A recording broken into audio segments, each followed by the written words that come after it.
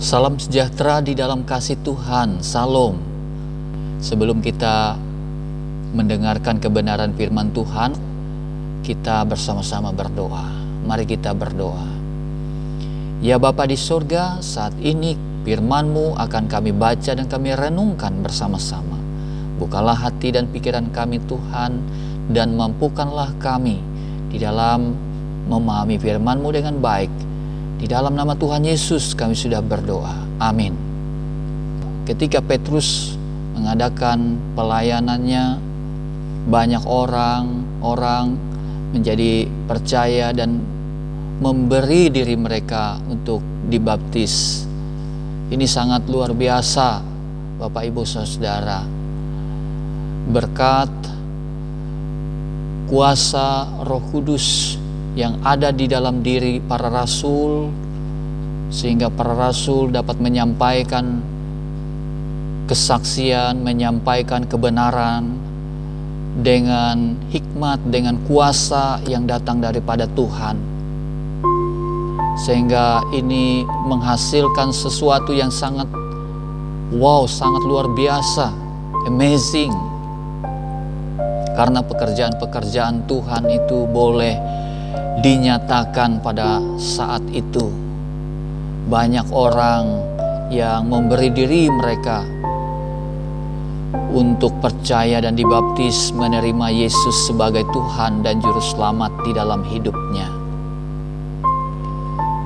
Kita percaya juga bahwa hari-hari ini pun kuasa Roh Kudus itu masih bekerja di dalam hidup dan kehidupan orang-orang percaya. Kuasa Roh Kudus itu yang memampukan setiap orang-orang percaya untuk bersaksi, untuk melayani dengan sukacita, dengan luar biasa. Kuasa Roh Kudus itulah yang memampukan setiap orang-orang dapat memberikan diri mereka di dalam setiap pelayanan dan pekabaran Injil. Ini satu hal yang sangat-sangat luar biasa, Bapak Ibu Saudara-saudara. Dan hari ini kita diperhadapkan dengan nas yang sangat luar biasa, di mana pada waktu itu Rasul Petrus mengabarkan Injil, dan banyak orang pada waktu itu percaya kepada Tuhan Yesus sebagai Tuhan dan Juru Selamat hidupnya. Dan di situ pula ada seorang yang bernama Simon melihat tanda dan mujizat yang dilakukan oleh para rasul. Pada waktu itu dia pun percaya kepada para rasul. Dia mau membeli kuasa Roh Kudus. Padahal kuasa Roh Kudus itu adalah kuasa yang diberikan oleh Tuhan, saudara-saudara. Bukan sesuatu yang kita dapatkan, tetapi itu adalah pemberian, suatu anugerah dari Allah yang memberikan kemampuan kepada setiap orang percaya untuk bersaksi bagi Tuhan. Kuasa Roh Kudus itu adalah kuasa yang ada di dalam hidup dan kehidupan kita. Kuasa yang tidak kita dapatkan dengan cara kita membeli. Dan inilah yang digunakan oleh Simon, si penyihir, dengan maksud dan tujuan yang lain tentunya, untuk kepentingan-kepentingan dan maksud-maksud yang tidak baik dari Simon, yaitu untuk keserakahan dirinya. Ia mau membeli kuasa Roh Kudus itu ketika para rasul Yohanes dan Petrus menumpangkan tangan atas orang-orang percaya yang sudah menerima Kristus. Tetapi apa kata Petrus, saudara-saudara? Petrus menjadi sangat marah karena apa yang dilakukan oleh Simon. Dia berkata, binasalah kiranya uangmu itu bersama-sama dengan engkau. Karena engkau menyangka bahwa engkau dapat membeli karunia Allah dengan uang. Tidak ada bagian atau hakmu dalam perkara ini. Sebab hatimu tidak lurus di hadapan Allah. Jadi bertobatlah dari kejahatanmu ini dan berdoalah kepada Tuhan supaya Ia mengampuni niat hatimu ini. Teguran yang sangat-sangat menohok si Simon, saudara-saudara. Sehingga si Simon pun mulai menyadari akan kesalahannya.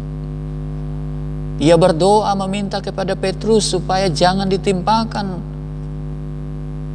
hukuman atas dirinya dari Tuhan.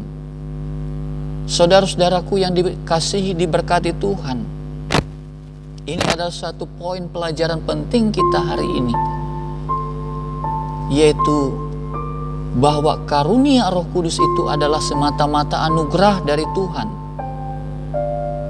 Dan hal itu tidak bisa kita dapatkan dengan kita membeli atau dengan cara apapun.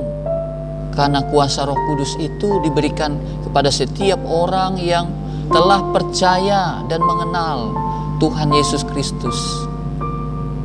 Yaitu kita semua yang percaya kepada Tuhan. Anda dan saya, Roh Kudus berdiam di dalam kehidupan kita.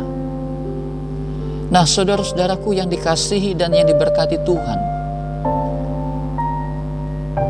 dalam segala perkara apapun, dalam pelayanan tugas penginjilan, janganlah kita mementingkan kepentingan diri kita masing-masing atau hal-hal yang kelihatannya wow, spektakuler atau fantastis dengan tanda ajaib dan mujizat dari Tuhan. Mujizat memang bisa saja terjadi di dalam setiap kehidupan kita. Dan mujizat itu masih saja terjadi sampai hari-hari ini, saudara-saudara. Bukan tidak penting mujizat Tuhan atas hidupmu dan hidup saya. Tetapi yang harus kita ingat dan janganlah kita lupakan adalah bahwa karunia itu adalah anugerah daripada Tuhan. Dan harus kita gunakan dengan bijaksana untuk kebaikan setiap orang, untuk pelayanan kita, sehingga nama Tuhan boleh dipuji, dimuliakan di dalam tugas pekerjaan kita. Nah, saudara-saudaraku yang saya kasihi dan yang diberkati dalam Tuhan, kiranya renungan firman Tuhan hari ini tetap memberikan kita semangat, hidup dalam pengharapan dan kasih kepada Tuhan. Tetap sehat, tetap jaga kesehatan, dan tetap tinggal di rumah. Tuhan Yesus memberkati kita. Amin.